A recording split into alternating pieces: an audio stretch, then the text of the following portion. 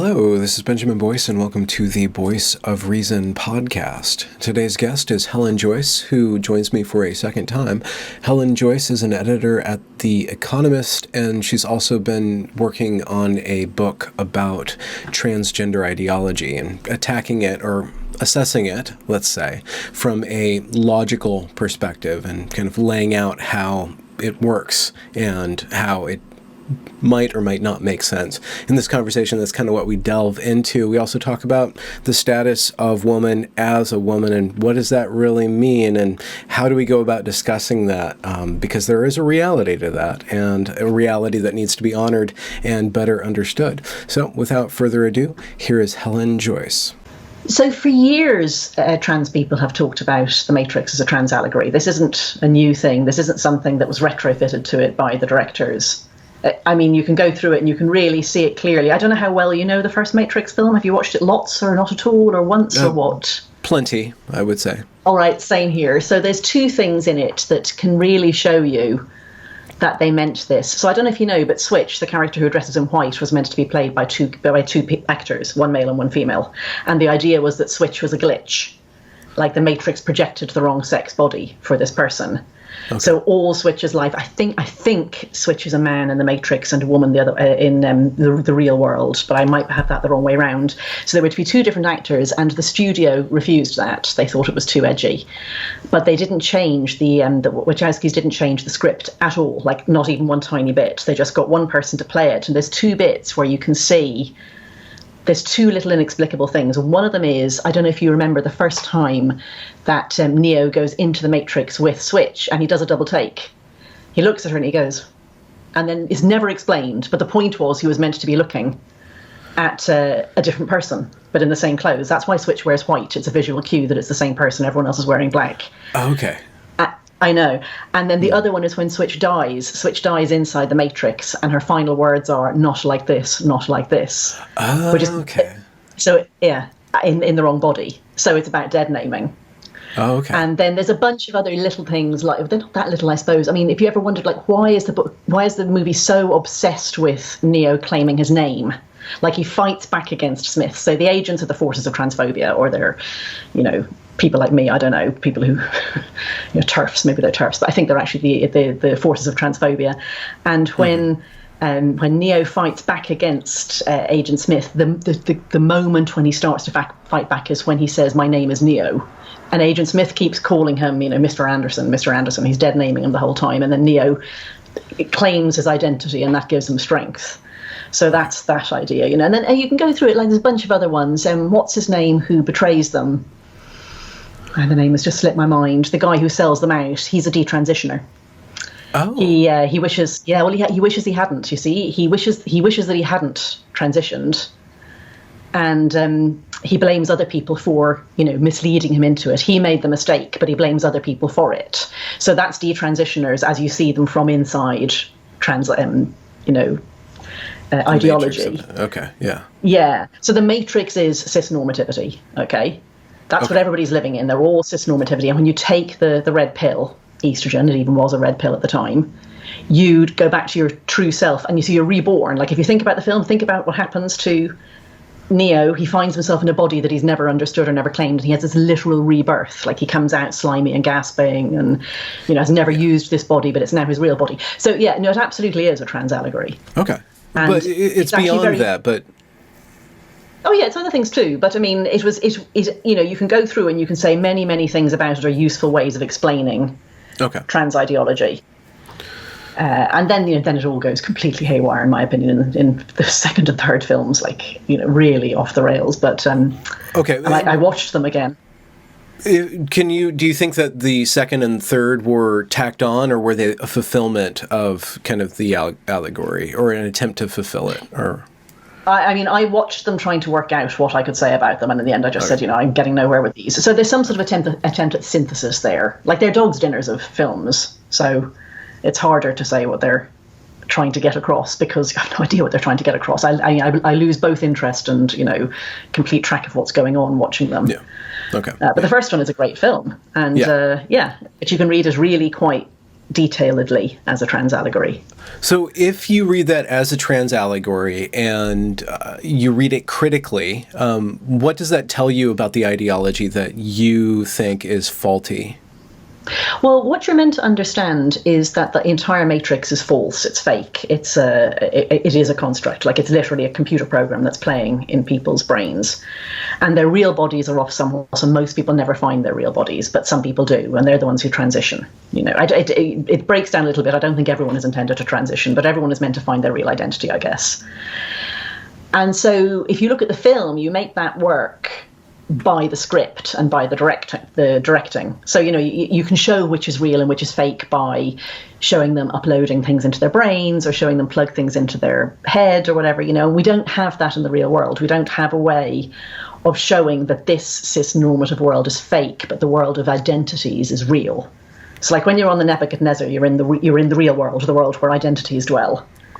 Okay. Yeah. And so that's the world where what are we to do? Like, have pronoun badges? The pronoun badge is the sort of, you know, the trans version of, you know, plugging yourself in to go back into the matrix. Like, it's the thing that reveals the trueness of your identity, and it's quite rubbish compared with what a film maker can do with all special effects and the script and everything. So a lot of what happens in trans ideology or gender identity ideology is an attempt to make the real world seem fake and the world of identities seem real, which in a film like The Matrix you just do by writing the script. Yeah. And so that's this whole, you know, AFAB, like assigned female at birth, or, you know, wearing pronoun badges, or putting on this belief that you just genuinely don't know what sex somebody is until they say. You know, all these things are, things like saying, you know, biological sex is a spectrum, or, you know, belly aching on about clownfish or something like that. All these things are casting doubt on the reality of this world. Yeah.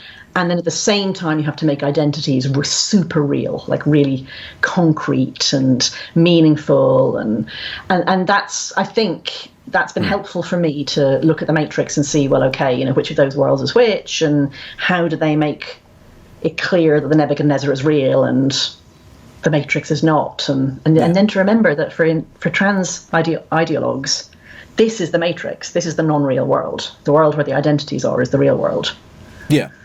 So it seems to me to be the case that the way in which this and many other belief systems operate is in the internet, or it's in the realm of language. And so what it seems to me to be is that we have built a world of language out of the real world. We've concretely stepped out of the real world and built our society out of a feedback loop with the material reality. And there are different ways to manipulate the material reality and to manipulate other people by, you know, playing with language, playing with culture, and then, you know, kind of constructing something that, you know, you can say that power structures exist by people manipulating the ways in which we consider what is real, what is valuable with regards to the real world.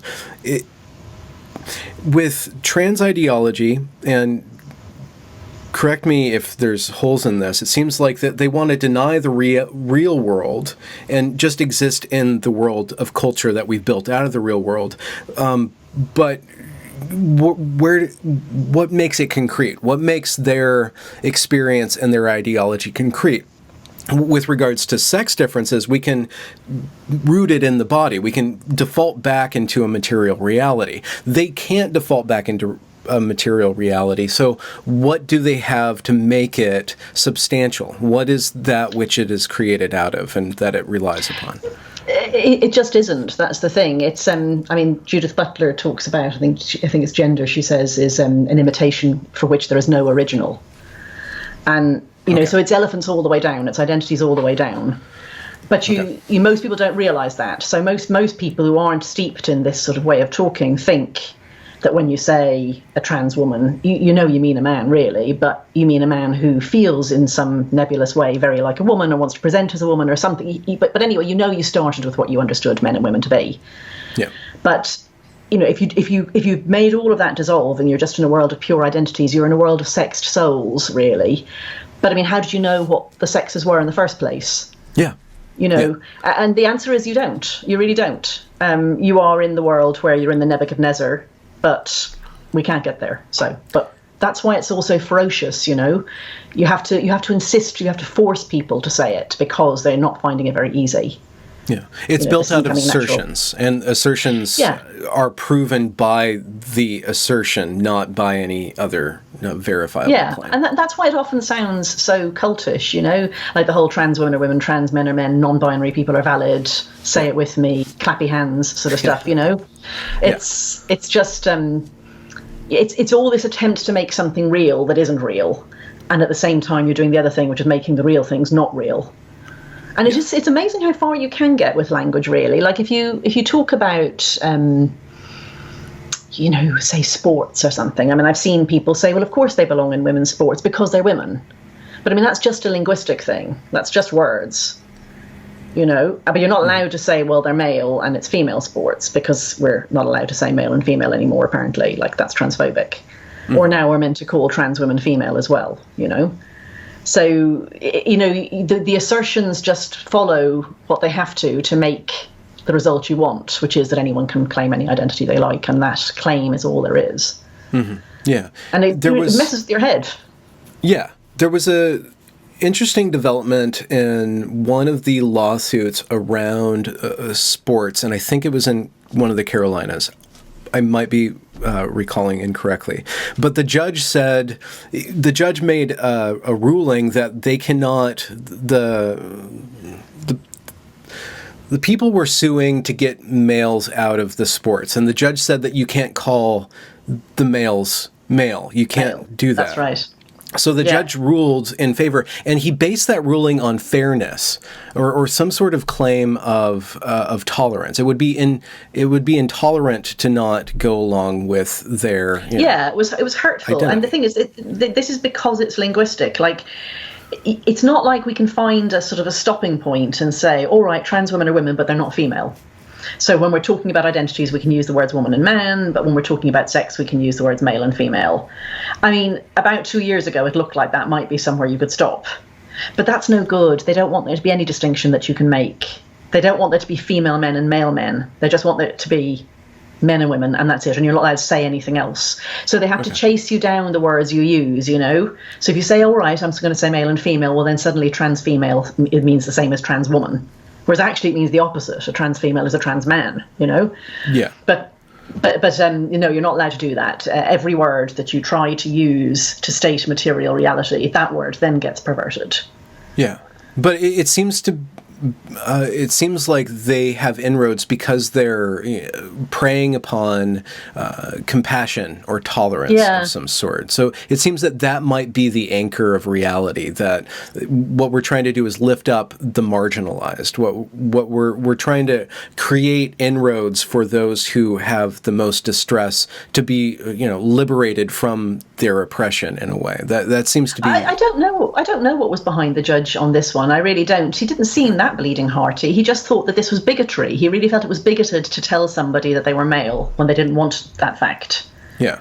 But it's not bigoted to force females to... Yeah, you notice the asymmetry there, don't you? Yeah.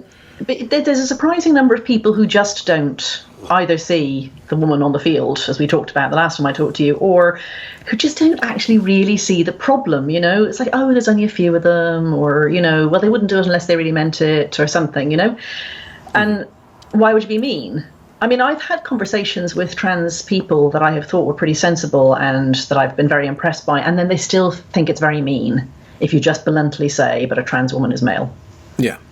And I don't mean about the person I'm talking to. I'm not trying to be mean to the person I'm talking to. I'm not trying to, trigger somebody's dysphoria here. It's just sometimes there comes a bedrock of reality, and that is in things like sports, You just can't make your argument unless you say this person is male. That's why they're not in the female sports, because they're male. There's no other reason. Yeah. If you can't say that, then you can't make the argument. And yet there are people who just think that's a bit mean. And I mean, people I thought quite highly of otherwise, Mm-hmm. Yeah. And so it comes down to propriety, which again is just a cultural kind of matrix. Well, women are meant to be more proper, Like it's much meaner when a woman is mean than when a man is mean. I mean, you don't tend to say, that man is very mean. Women are mean. Women withhold what they should give, yeah. There is an asymmetry in the ways in which females are treated in this, like turf as a slur or being used as a slur. It stings women more, or it's employed more against females. Well, a man can't be a turf, of course, because a man can't be a radical feminist. Radical feminism is a women's liberation movement. It's not a movement about equality. It's not a movement. You can be a supporter only if you're a male. It is a liberation movement for females, and only females can be part of that liberation movement. Anyone else can just support them. So actually TERFs are only female, but it's interesting that there is no equivalent slur for men. And so that's another thing that I've discovered when I was doing the book, which was how queer theory, or if you go back further, postmodernism and deconstructionism, how they treat what they call binaries. So a binary isn't just two opposed terms, it's two opposed terms that have a hierarchy inbuilt. Mm-hmm. So if you think of order and chaos, like order is good and chaos is bad, or light and dark, or night and day, or man and woman, or emotion and reason. Yeah, these are binaries. And it is a central task of postmodernism to deconstruct what binaries. That's what deconstructionism is. But the way that you do that is by smashing open the subordinate member of the binary in order that the superior one can fit into it. Okay. So could you explain that in terms of male and female? Well, I mean, I'll tell you, the first one that I read was Jacques Derrida talking about how speech is a form of writing. Speech is really quite obviously not a form of writing, so we shouldn't even be having this discussion. But anyway, in his opinion, speech writing was a binary, and that we privileged speech over writing. So then he did this messy business of redefining writing to be any system of traces. Doesn't matter what they mean, but anyway.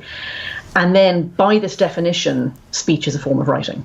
So he just redefined the inferior thing, writing, so that it automatically included speech. I mean, it's just, I cannot express how irritating I find this whole thing. Okay, I've been following another YouTuber, and he takes on feminist standpoint theory with regards to the ways in which certain forms of feminism have tried to subordinate science to their claims by saying that males believe they're dominant and females are subordinate, but the female as subordinate is actually dominant because she not only knows her position, but she knows the male's position because she has to, because she's living in a male world. Yeah. Are you talking about something different? Because it seems like by making the subordinate... This is more that you say that anybody can be a female.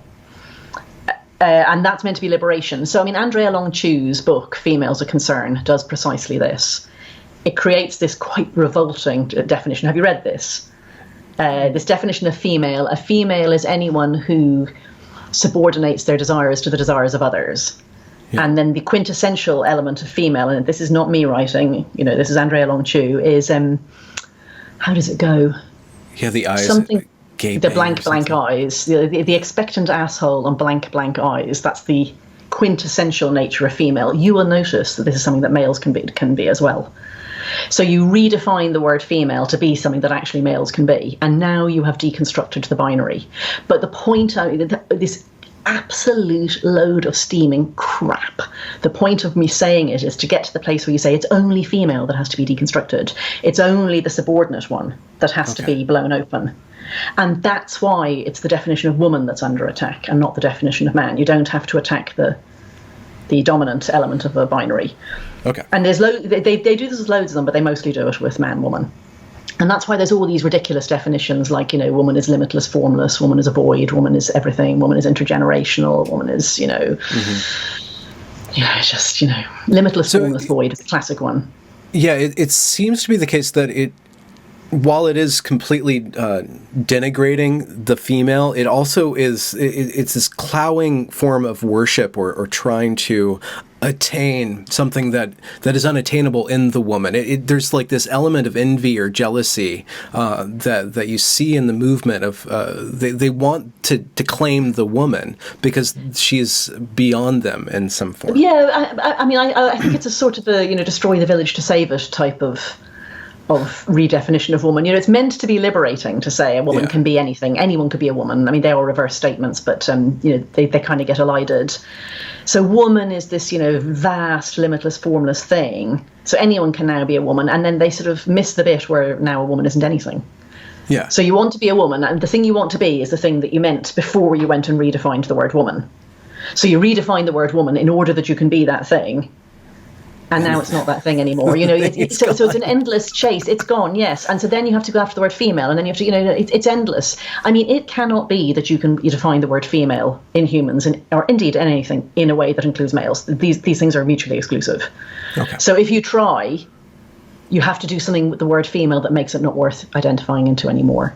Yeah. But that seems to be the whole trick, that you ruin the definition, and then you get angry, really, because you've ruined the definition, Yeah. Yeah, it's like the non-binary thing. It leads to utter frustration because, there's that weird clip that came around, was circulating the other day, where some male-bodied person said that they're non-binary and they're 70% female because they feel 70% woman in a way. But you don't have that anymore. What are you actually talking about? It seems like an exercise in some sort of psychological, somebody's really frustrated with their own experience and so trying to project it onto the world. And then there's a lot of catering to that because it's cute or sexy or fun. I think it's because once you start down this, to be a terrible form of bigotry not to let a man call himself a woman, you're lost. You've moved away from material reality, and where can you stop then, Yeah. Okay. I discovered, by the way, that this business of sex not being binary has gone on for a very long time. So I went back and looked at the early transsexuals, people like The Danish Girl, the film The Danish Girl in 2015 with Eddie Redmayne in it. That's the story of a bloke called Andreas Wegener, who had one of the very first sex change operations, one of the first 2 or 3, and lived as a woman called Lily Elba for 14 months before dying. And the doctor that Andreas Wegener went to see was called Magnus Hirschfeld, and he was he fortunately died before the Nazis killed him, basically. I mean, I doubt he'd have wanted to live after he died, But they burnt down his institute in Berlin. And anyway, he said that a male to female was a spectrum. They were endpoints of a spectrum. And he's, in words that are so modern, described that, but his belief about the main people who were in the middle were gay people. He was actually mostly a gay rights activist, but they called them psychic hermaphrodites. That's what you were, and you were gay. Oh, weird. I know. Yeah. So the arguments about sex spectrum were used first for gay people. They were neither male nor female. Yeah. And he defined it on, a mixture of what you liked to wear, who you wanted to go to bed with, your body parts. Also, nobody was 100% male or female, was what he said. And this came back with Christine Jorgensen, the first American to go to, actually, again, Denmark for a sex change in 1956 or something like that. Again, spent the rest of her life post-transition telling journalists that nobody could be more than 80% male or female. Oh, okay. Yeah. So they've been doing this for a long time. This keeps coming back, the sex spectrum idea. So it seems like there is a small number of people who have a lot of distress about their sex bodies, and they also don't plug into the world in a way that other people do. It seems like there is a standard of behavior that largely follows along with the sex of the person. And I understand the gender critical project or the feminist project of trying to limit the stereotypical expectations so that people don't feel distressed and aren't oppressed based on their sex or based on their expression of gender. But it still seems to be the case that there is such a thing as gendered behaviors that are rooted in or that emerge from sex. What do you think about that? Is there? There are, and it would be astonishing if there weren't.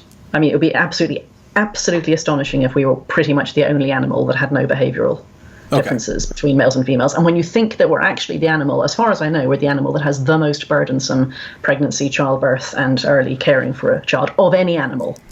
Yeah. It would be astonishing if there weren't any differences between males and females. It's actually quite astonishing how limited those differences are. So you might think to yourself, oh, well, there's, there could be males who have more feminine brains or females who have more masculine brains. And there kind of might be, except that if you look at the largest number of male transsexual people, they're actually not at all feminine. They're extremely masculine, actually. Like, that was Ray Blanchard's realization when he looked at the people who came to his gender clinic. Some of them were, really very effeminate men who were gay, who had been super effeminate since they were little. You could so understand how that person had basically concluded that they were effectively a woman in a man's body. And, it seemed natural in a homophobic time to say, oh, all right, we'll let this person transition and we'll make ourselves a straight woman out of this gay man, But actually, a lot of them who came in, they were in their 40s, they were married, they'd been engineers or Marines or computer scientists. They had kids, they were not at all feminine. They were erotic cross-dressers. Mm-hmm. And I just don't see that erotic cross-dressing has anything to do with being feminine. It's actually a very masculine thing to do. Women don't do erotic cross-dressing, basically. About 3% of men do. So it's a variant masculine sexuality, erotic cross-dressing. Okay. And so that's why I don't believe that it's, there are people who need to do this to fit in. I mean, most of the people who do this to fit in are gay. And that's true for both the males and females. Like, when they looked at the women who came into the clinic in Toronto where Ray Blanchard worked, most of them were just lesbian. They were lesbians who were like hyper butch and just found life just much easier living as a man. And you didn't get, there was no equivalent. Autogynephilia is the word for the male ones. There was no autoandrophilia. Okay. Among women. So I don't think you can say it's because some people are super feminine but they were born as men and it's easier for them to fit in. No, it's an erotic thing for those ones. So that brings up the emergent phenomena that trans ideology, and not all trans people, but trans ideology in aggregate, you see a lot of hyper concentration of the genders and what it is to be gendered, and this very masculine concretization of the feminine, and then appropriation, and then claiming of it in a very masculine way. Because it's very erotic. When people have an erotic fixation, they'll do almost anything. I believe one of the Wachowskis said that it was porn that unlocked his desire to become transsexual. Andrea Long Chu said that if one of the Wachowskis didn't. Sissy porn did make me trans, has written that. Yeah. So, I don't know whether it's true. One of the difficulties in all of these things is you don't really have access to your own motivations in that way. Huh. You can think that it could. Nobody does. One of the difficulties that anyone who's trying to say, what makes a person anything, not just trans, anything, they've told themselves the story before they tell you. They've told themselves the stories many times because they've been thinking about this too. Nothing at all about being honest or dishonest. I'm not saying that. So that's why you like to do prospective studies when you can. And there have been prospective studies. Could you define prospective study? So prospective study is you find people who are at risk, who might have whatever it is, and you follow them and you see what happens. Okay. And retrospective is when you find people who have whatever it is, and then you try and work backwards. But then, unfortunately, they're going to tell you their version of their life story. They can't help it. Everybody does. They'll misremember things. They'll have, remembered things as hyper important. They'll have their own story. So every person who has anything as unusual as being trans will tell you why they're trans. But it may or may not be right. They've been thinking about this for years. So it's better to. It's better to start with people who might be trans and follow them on.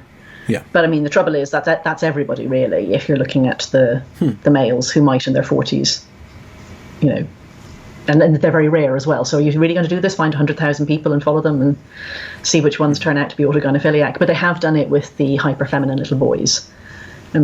Richard Green was the first person to do that. Doctor in LA in the 1960s started a prospective study. He got people to bring him in, little boys who were extremely feminine, insisted on wearing girls' clothes, playing with dolls, said they were girls, said they hated their penises, said they wanted to grow up to be girls, wanted to have babies. I've read the book, it's this big, thick book that's out of print now. And these kids were, most of them, hyper gender dysphoric. And he just saw them again every year, once a year.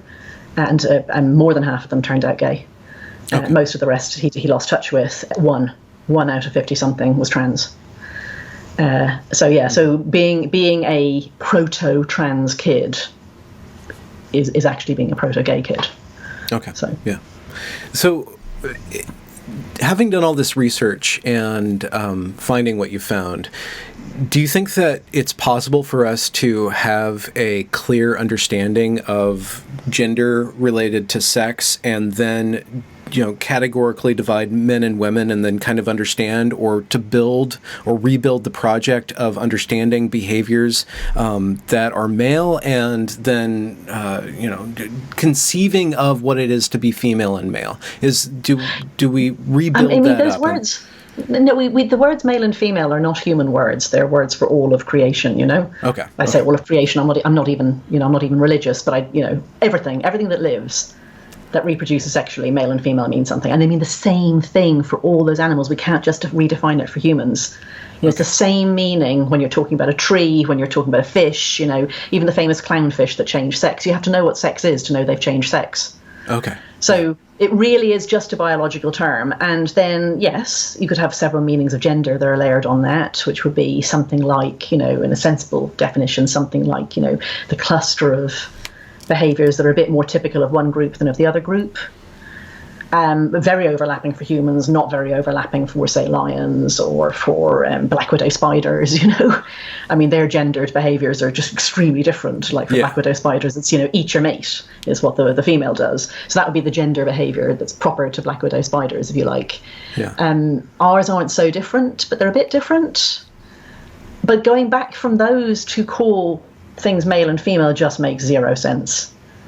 And they're so overlapping. And, it is just a fact as well that people who are gay are on average very gender non-conforming. Not all of them, but much more gender non-conforming than people who are straight. So are you saying that they're not really of their sex? Most gay men and lesbian women don't really like that idea at all. So, you're saying of a man who's notably effeminate and, cares about a bunch of things that women care about normally more than men. You're saying, well, he's his gender. His gender isn't very masculine, I suppose, but he's still a man. Okay. So I don't think it's a good idea to go back from gender to sex at all. I think, sex is your bedrock. Okay. I'm just asking, is there,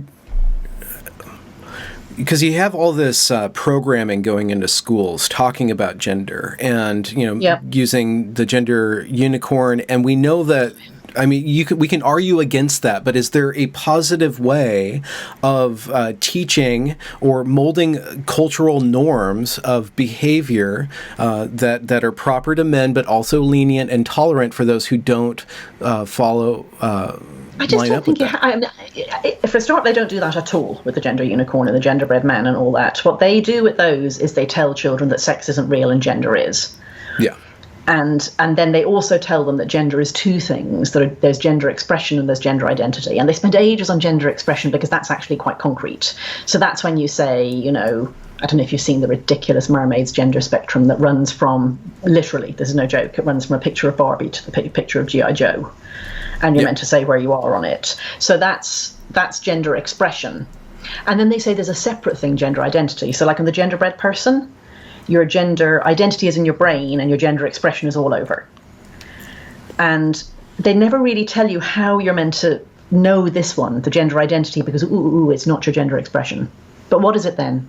Okay. Like it's just ineffable, Yeah. I would say that any teacher who tries to use this ends up strongly suggesting to the kids that your gender expression is how you know your gender identity. So that is saying to kids, if you are, a messy character who likes playing in mud and likes tractors and climbing trees and things, your gender identity, not just your gender expression, your gender identity is masculine. You must be a boy. So I actually think it makes kids, because most kids aren't alienated from their own bodies. Most kids are totally fine with being what they are. So I think it probably makes them more rigid. They're afraid that if they do things that are gender expression is appropriate to the other sex, that they are then casting doubt on who they are, and they don't want to outcast on who they are. Okay. What you want to do is you want to say, well, okay, there are these things, yes, on average that's the way it is, but you do you. Okay.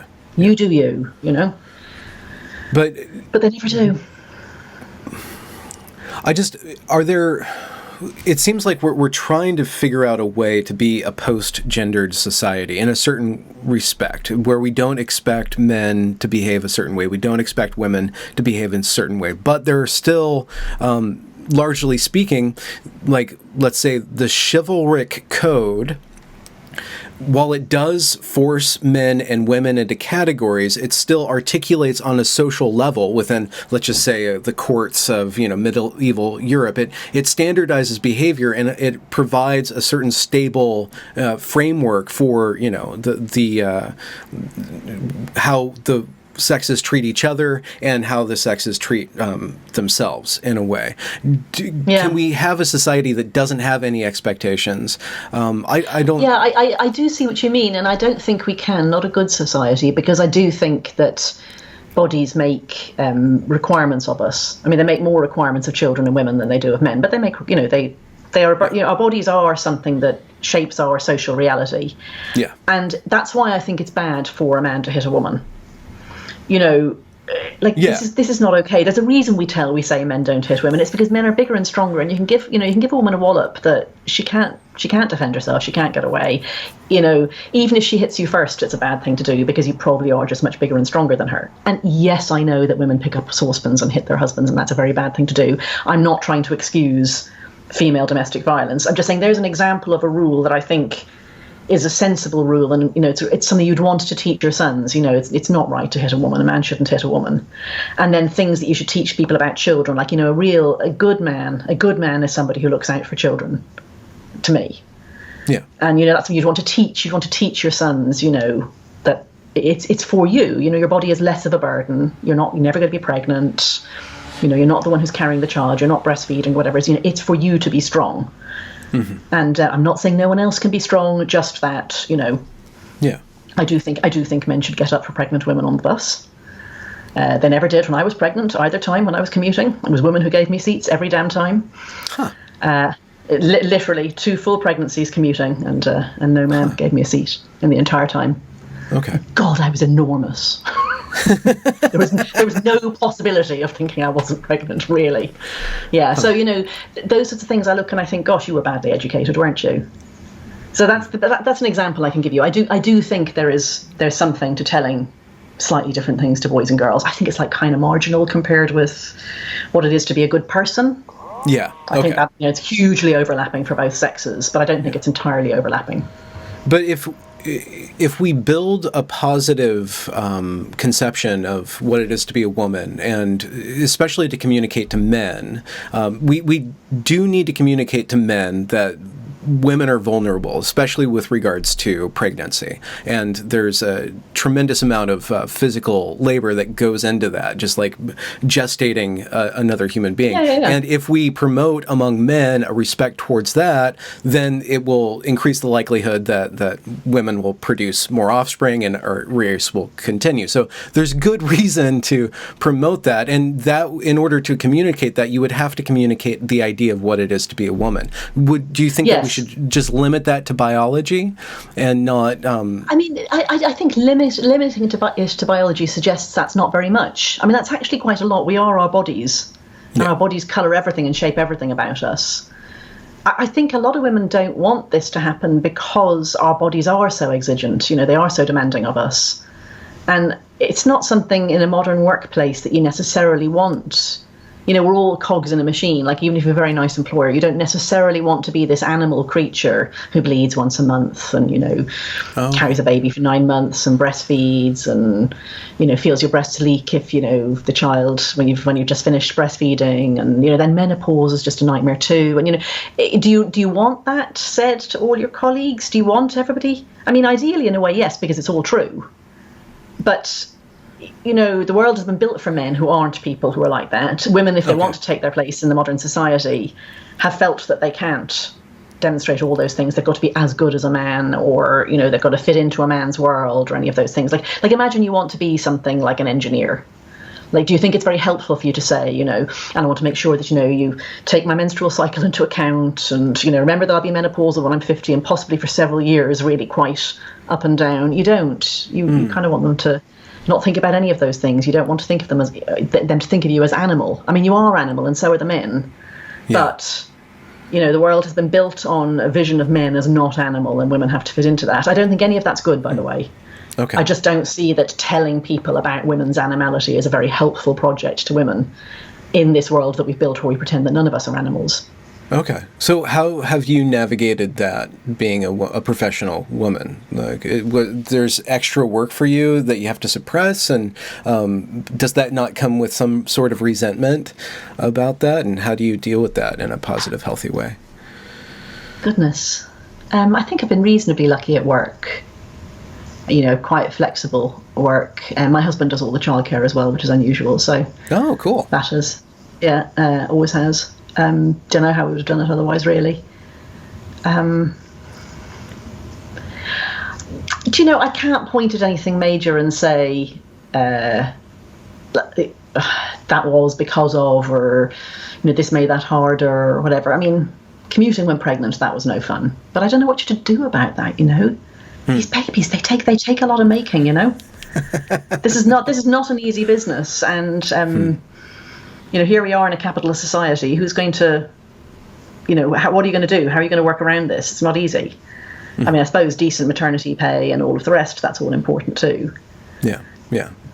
Well, just from the perspective of giving advice to young women who are, like wanting to be a professional person, like, entering in the world of, that as you say, denies the animality of men, but the animality of female imposes upon her, like, regularly. How do you, what's some advice that you give for women wanting to be professional?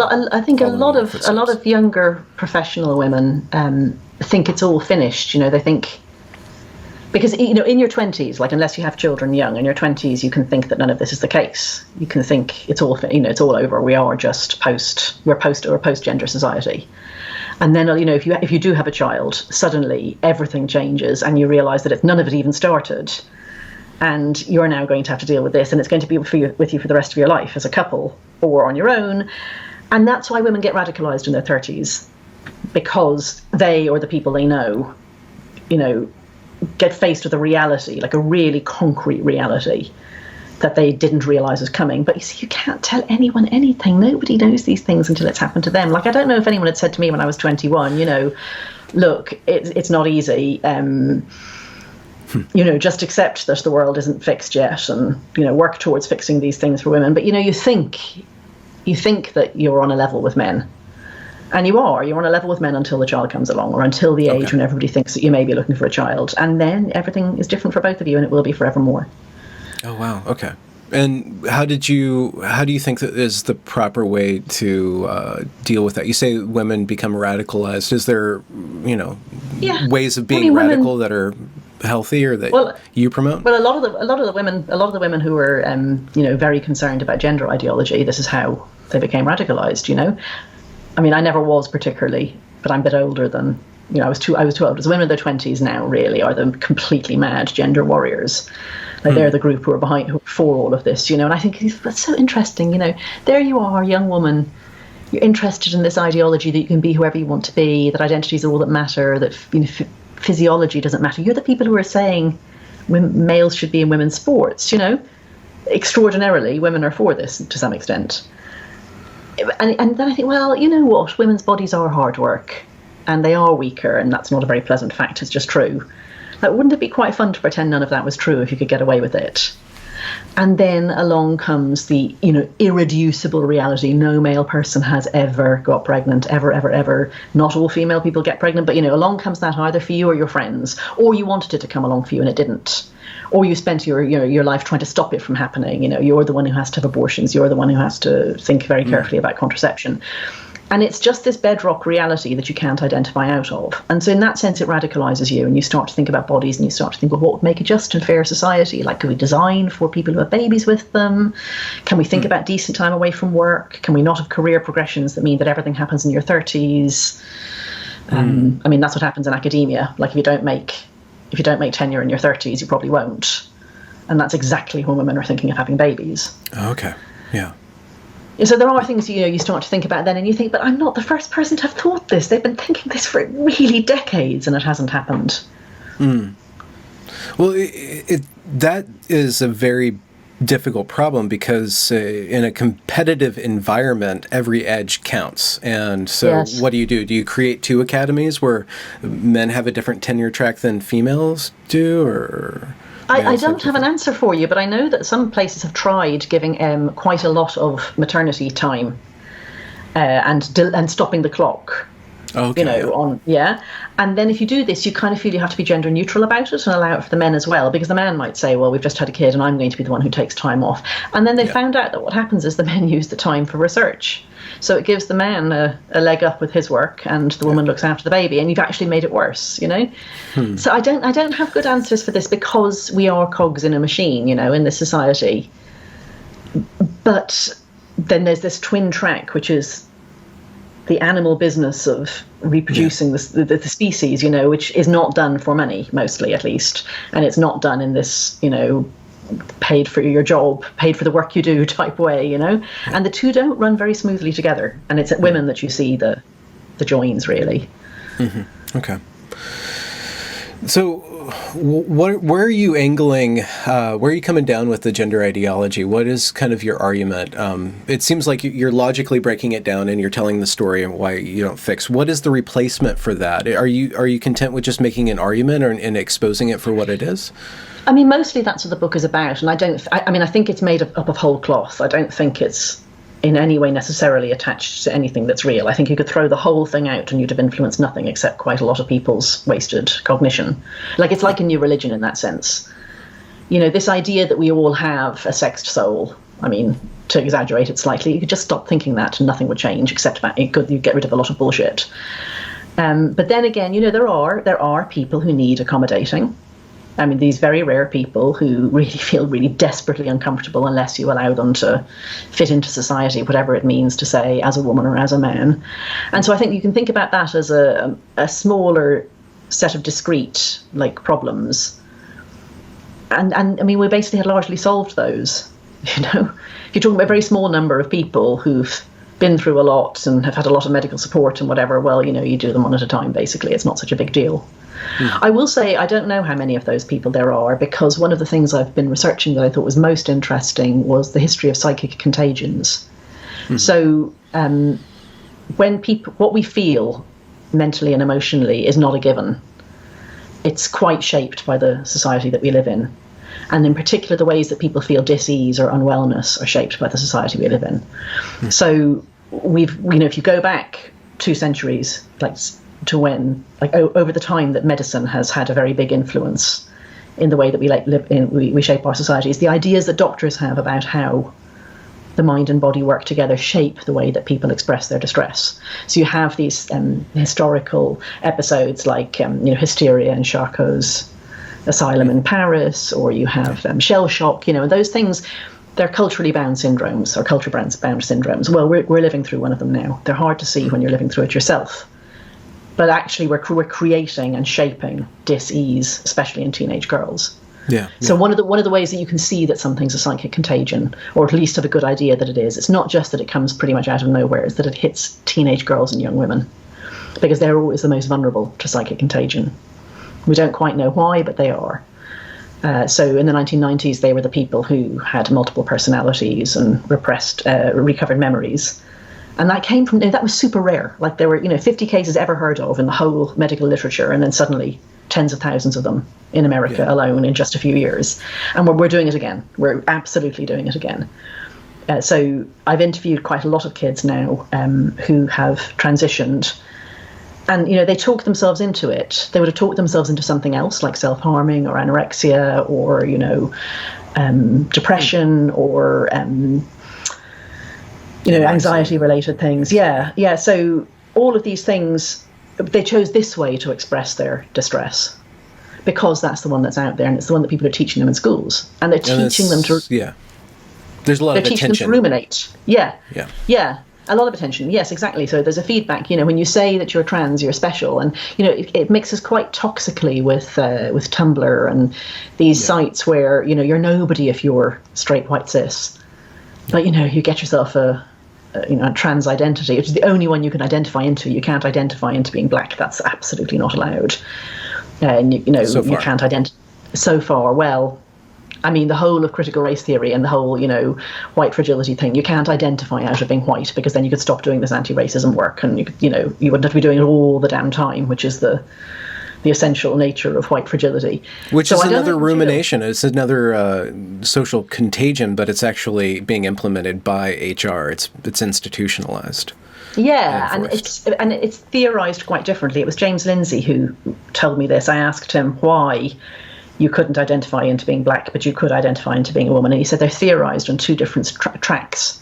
So over here, race has been incredibly concretized, and you mustn't let white people identify out of it, because the work of white people is never done. It is constant self-examination about your racism, and anything else makes you a bad person. So you can't identify out of it, because then you could identify out of your anti-racism work. Mm-hmm. But over here, you've got queer theory, which is all about breaking down definitions and boundaries and binaries, and transgression being in itself good. And so it's actually a good act, a virtuous act, to identify into being a woman. So yeah, this makes no sense, because you should be allowed to do one or the same on both sides, but they're theorized by different people in different ways, and they don't meet. Mm-hmm. But yeah, so you can't identify into a different race, because that's literally saying I do not have to do anti-racism work. So what's left for you is to choose a trans identity, and then you can choose one of these ridiculous ones like agender or a non-binary or something, and it doesn't actually make you have to do anything. You've just got some cred. Yeah. So in your studies of social contagions, or like peaks, hysterias, crises of this sort, how do they end? Do they just kind of lose steam, and what are the conditions of them running their course? I mean, they never go back to where they were, because once you've put something into the collective psyche, it's there as an alternative now. So we still see people with multiple personality syndrome. They are still diagnosed at a rate considerably higher than before any of this happened. So I'm afraid we have now created the idea that certain sorts of distress are gender dysphoria, and that means you're a member of the opposite sex. That will not go back to where it was. And with the multiple personality disorder and recovered memory syndrome, they ended because of lawsuits. There were particular clinicians who were clearly creating this syndrome basically by hypnosis. And some of them, they made people very unwell, and those people claimed just outrageous things against, say, their own father or something like that, like their father had raped them, blah, blah, blah.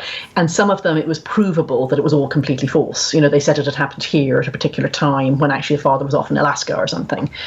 Yeah. And so some cases fell apart. Some people brought very big lawsuits in states where you can have unlimited damages. And then the health insurance companies stopped reimbursing that treatment. And hey presto, you didn't have it.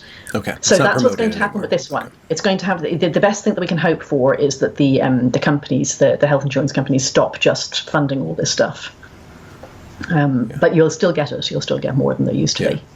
And you can't put the genie back in the bottle. Do you think that, let's say, Planned Parenthood is still going to be passing out testosterone? Is that still going to be like just a market that you can? I can't see how, because it's so unhealthy. You can't just sidestep all liability for everything by getting people to sign things, and you're doing it with minors as well. Mm-hmm. So, I mean, I don't think it's going to be easy, but I know that there are lawyers who are actively looking to take cases and win really a bomb, like people did with the recovered memory syndrome. Okay. But it has to be the right case, and it has to be in the right state. Everything has to line up, and then you'll get millions, and that lawyer will make a lot of money, and then the whole of America's crazy health insurance system will go, do you know what? Why are we refunding people for handing out testosterone to 17-year-olds? Completely mad. I mean, there's a bit of fashion about these things as well. Like, there are fashionable diagnoses, so they kind of will go down a bit. I mean, actually, the people getting referred to the Tavistock here in Britain, it's levelling off. Now, it's loads higher than it used to be, and they don't see everybody, because there's just loads and loads and loads of I-identifiers that's not seen by doctors. Yeah. But, it's not going to go on exponentially forever. It's not cool anymore, Mm. And how are things shaping out in Britain? There was some kind of tremors of mermaids going away or people disassociating, but it seemed like a nothing burger. Yeah, it was a nothing burger. Okay. So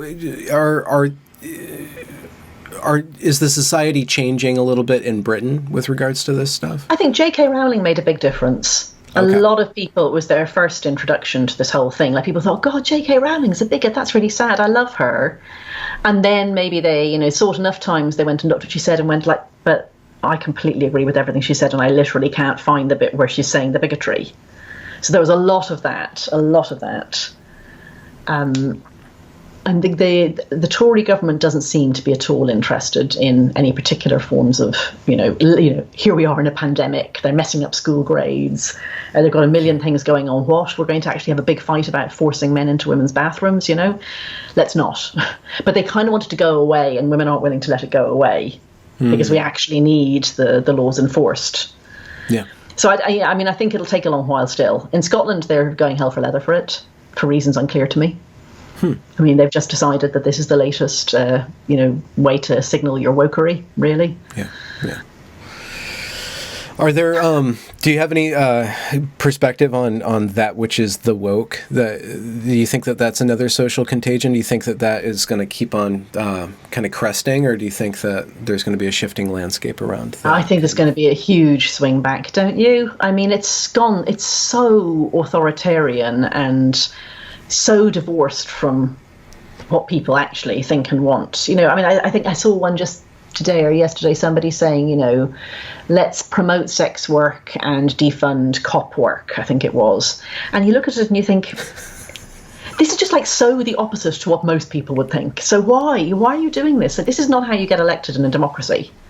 To go from that was an elected official or somebody, that was some Democrat person. I don't think it was actually someone who was standing, but it's very bad for anyone who's trying to get elected in a democracy to go for completely crazy, totally unpopular theories like that. But that's the logic of it. That's the purity spiral, ratchet effect thing. You go more and more pure. Like, I love watching people being cancelled who were cancelling people yesterday. Like, it's just such fun. They make a trip up, and then they're the ones who get attacked. So it eats itself. It gets to the point that even people who are like, okay, trans women are women, I don't know why, but fine, that's what we're meant to say now. Those people are like, but hang on, really? This 6'8" person is meant to be, beating the shit out of these women in this game. No, that can't be right. And then we unfortunately will have a big swing back. And I don't want a big swing back, but we will. Okay. So how do we afford a tolerant swing back or tolerant pushback? How? When you've got mad people promoting mad things. I mean, it's not me that's making there be a big swing back. It's people who are promoting insanity. Okay. Like, I wish they wouldn't. I mean, I've got people I care about who are not, gender conforming, whatever. I'm not blooming very gender conforming myself, but everybody's going to get caught up on this. It's like these wretched people who are trying to get furries into gay parades. It's like, oh, come on. Do we have to have the pups and the furries and the other kin and so on, just making all gay people look like complete perverts, which is exactly what we were trying not to do? It's completely mad. So, I mean, I don't know the answer, but I mean, this is the pendulum swing is going to come. Okay. Do you think that we can be in a tolerant society without these pendulum swings then? Because it seems like people will. This has been a particularly weird experience to live through, I think, the whole gender thing, because it is so weird. Like, it's just so weird. It's so religious, so culty, so unattached to anything real, We didn't have to do any of this. It might not have started. You could imagine in a different world, just, some random little thing could have been different and we might just never have started this particular bit of insanity. And it is so insane. I think it's the thing that's making the pendulum swing a long way and then swing back. But then, race in America has gone completely crazy too. So, I don't know. Maybe America is crazy, Benjamin. Maybe that's the problem. And maybe it's you guys. Maybe it's your politics. Maybe it's the way that you run your politics just produces craziness. Because these are both yours, by the way. These are both really very much yours. Well, yeah, but you guys are, kind of following along. Yeah, we're following, but I don't know that we would have thought of it ourselves. I don't think we're a factory for such a level of madness, Like, American politics is a really crazy thing. Yeah. And, very profoundly affects everybody else's politics. Yes, that's right. Yeah. So that's the thesis of the book Crazy Like Us by Ethan Waters, which is that America's idea of how the psyche works is being exported. Like, your cultural dominance means everybody else goes mad like you. So, the way that anorexia is in America is now the way anorexia is everywhere. And then that's true of gender identity too. You guys invented this stuff and it's everywhere. What do you think it is about us? Like, just a mixture of Puritanism and entrepreneurialism? Do you have a diagnosis? I think it's your broken politics, isn't it? Your broken politics it's like a machine for polarization. Like everything that's done just makes the other worse. So I don't know how you ever come back to the center in America, having gone down the route that you have. Everything is crazy. Okay. Huh. I think. Okay. All right. I hadn't made that connection until you asked, but I mean, it's clear you're exporting these things. Okay. Thanks and a you bunch. you think it's our polarization, then? But isn't that the purity spiral logic? That you have to signal more and more virtue to get away from the people you hate, and to be really hating and despising the people on the other side, and and you can't criticize the people on your own side. I mean, the way your attitude to abortion, your attitude to guns, these are not normal. Other countries do not have these things, and other countries are able to come to some sort of sensible arrangement whereby some people have guns, but most people don't. For example. Some people have abortions, but most people don't. Yeah, well, yeah, or you say it's legal up to 12 weeks or 18 weeks, and we're not going to shout at you, but we're going to try and make sure that people don't need them. Okay. You have some sort of settlement. So it's our kind of our theater then. It's our theatrical way of framing things. I often think it's the actual political system causes these things. I haven't thought it through for America, but when I lived in Brazil, it was clear that Brazil got the government that it deserved for its uniquely terrible political system. Okay. So the way that you elect, the way that money plays such a big part, the fact that you basically have to be a rich, corrupt person to get elected in America, and I mean, how can you ever have enough money in America to get elected without having got yourself in hock to a lot of people? Yeah. So I often think it is that sort of thing that makes people have a political system the way it is the actual electoral system. Haven't thought it through for you guys, though. Okay. Yeah, that's a big you can question. Do that. We don't. I'll leave that one for you. Yeah. I could do what mathematicians do and say, and with a little hand waving, we get the answer. I leave that as an exercise for the class. Wonderbar. So your book's going to hopefully come out early next year? First half of next year. I mean, books take a while. They usually take a year from when you submit them. So, my publisher's going to try really to hurry. So if I get it to them by November, I hope it might come out middle of next year. Yeah, that's what they hope as well. But that all depends on my editor actually liking it, doesn't it? Oh, yeah. Okay. So that's still up in the air. Do you have a provisional title? Yes, I do. Okay. Trans, How Gender Identity Conquered the World. And what that means for... Just trans, How Gender Identity Conquered the World, and what that means for women, children, and young people. Okay. Yeah, women. Women. Can't live with them. Can't live without them. Yeah. Congratulations for reaching the end of the podcast. If you enjoyed this product, consider donating to this channel via paypal.me/Benjamin Boyce or joining me on Patreon. Also follow me on Twitter at Benjamin A. Boyce. Have a good night.